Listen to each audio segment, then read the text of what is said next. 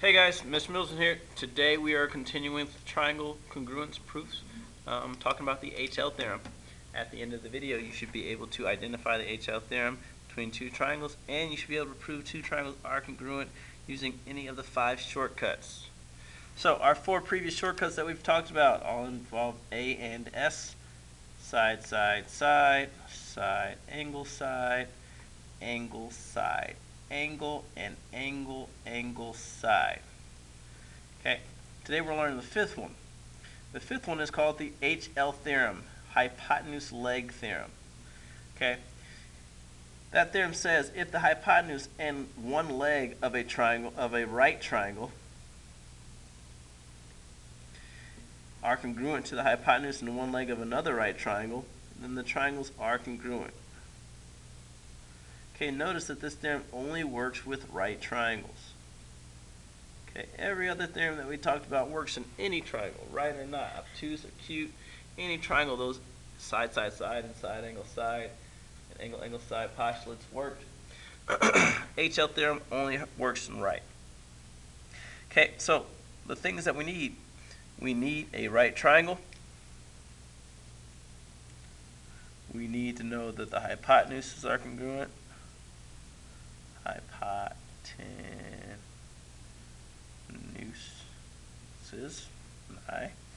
and we need to know that we have one pair of legs congruent. Okay, remember this: the legs in a right triangle are just any sides that aren't the hypotenuse. Okay, so let's look at these examples and see what we're missing in order to prove that these things are congruent. So first example, we have these two triangles. These two, I see that these sides are congruent, this leg is congruent. We could prove this by HL theorem if we knew that angle T and angle Q were right angles. If we knew that those two were right angles, then we could prove that these two triangles were congruent by the HL theorem.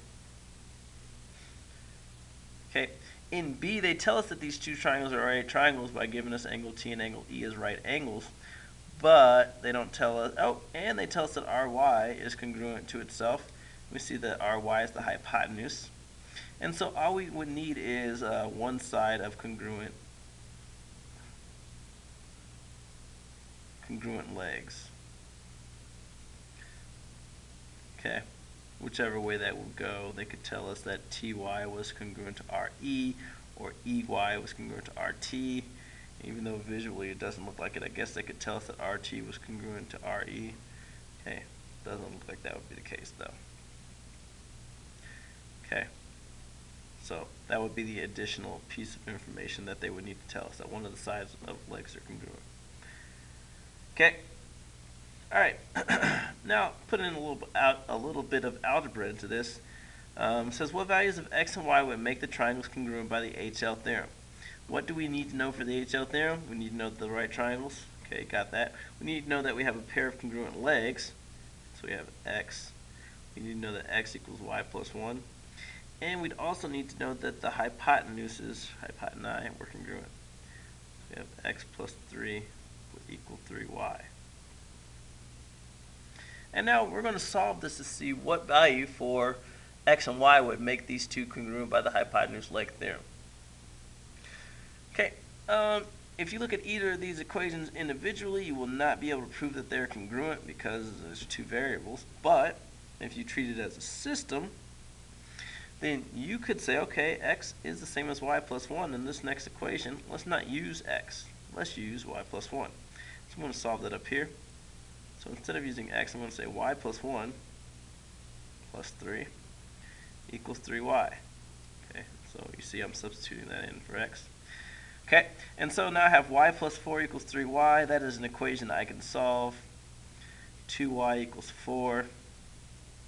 That means y will be 2. So if y is 2, that means x is 3. And then we could prove that these two were congruent by the HL theorem, because this side would be 6, this side would be 2 times 3 is 6, this side would be 3, this side would be 3. And so we'd have the HL theorem here. Alright, get a little bit of algebra review. There's nothing wrong with that. Alright, took a little break from proofs. Very little break. And so now we're going to jump right into it. Alright. So we're going to prove that these triangles are congruent. Remember, they're right triangles. It doesn't mean that we have to prove it with the HL theorem, but we could. And so let's look at this first example. Okay, they want us to prove that triangle JLM is congruent to triangle LJK. This is here to look at kind of the different layout of the HL theorem. So JL is perpendicular to LM and LJ is perpendicular to JK. We know that because it's given to us. Okay.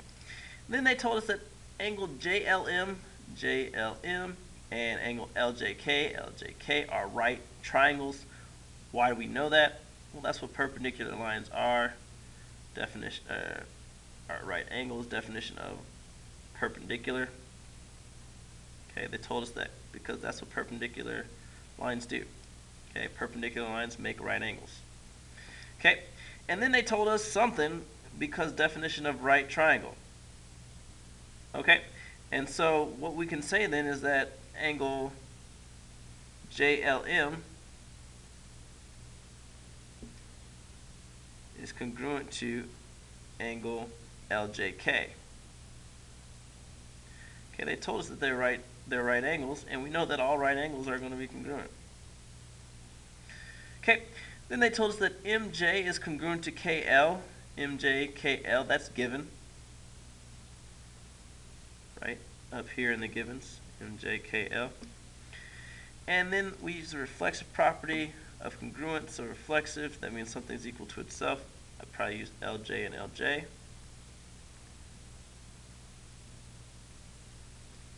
And so now we can look at what we have. I'm going to make this marking.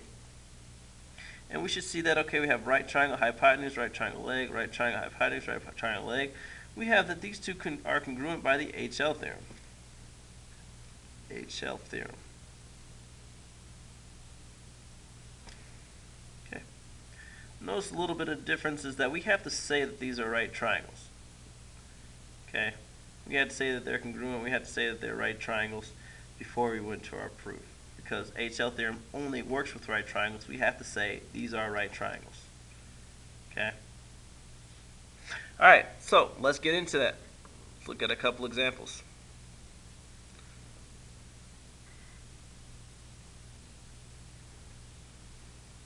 Alright, so I'm going to set my table up, my two-way chart. Okay, two column. There we go. It's not at 2, it should be an S for statement, R for reason. Okay. So my first statement, I'm going to start by saying that, well, actually, let me make sure I go through my proof. B is the midpoint of AC. That means I'm probably going to tell you this. Okay, and so then I already have that. That's a leg of the hypotenuse right there. That's all I really need to do. Okay, so I have HL theorem really set up for me. I just have to write it out. Given is that B is the midpoint of AC. Okay. 1, and that is going to be given. Okay. Didn't really get to write anything though, so I need to continue on with that thought. Since B is the midpoint of AC, I can say that AB is congruent to CB.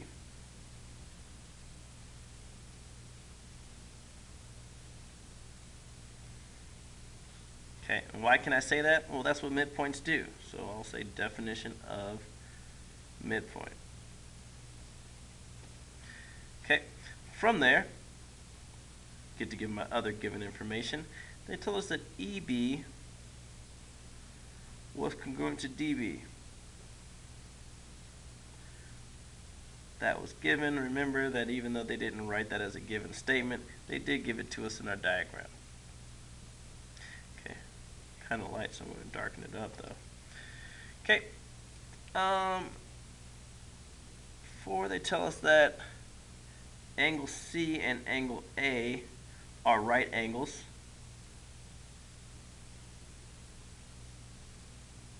Okay. So that's given. Okay, and so now I can say that angle C is congruent to angle A. And that's because all right angles are congruent. Okay, notice I had to, like I said before, I have to say, since I'm going to use the HL theorem, I need to make sure that I say that I have right angles. Okay. Alright, and so then finally, I can say that triangle ABE is congruent to triangle CBD by the HL theorem.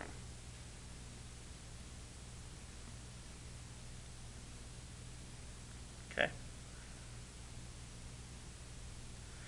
All right. Looking at number 3. Okay, again, I want to go through my proof and reason it out. Okay, I have a right triangle. Okay, I have angle, angle. Okay, actually here, I won't need to use an HL theorem. I have angle, angle, side, angle, angle, side, just by using the reflexive property here. So I won't need to say that these are right triangles because it doesn't matter. It just matters that these two are congruent.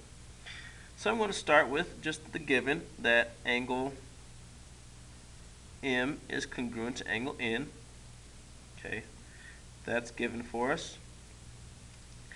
Also given to us is that angle MLO, M to L to O, this angle here, is congruent to angle NLO.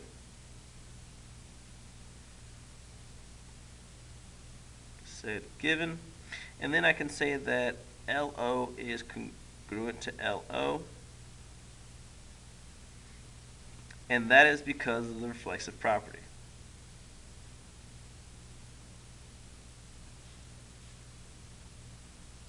Okay, so really I have my proof right now. I can say that triangle LMO is congruent to triangle LNO, right? That's what I said, LNO. And I can do that because of the angle side theorem. Okay, and so I didn't need to use right HL theorem or anything like that. Notice that all right angles or right triangles are not proved congruent by the HL theorem. Okay, the HL theorem, it can be used with right triangles, but it does not have to be used for all right triangles. Alright? Okay, so that's the HL theorem. That's the 5th shortcut for proving triangles congruent. Practice with those, and I will see you later.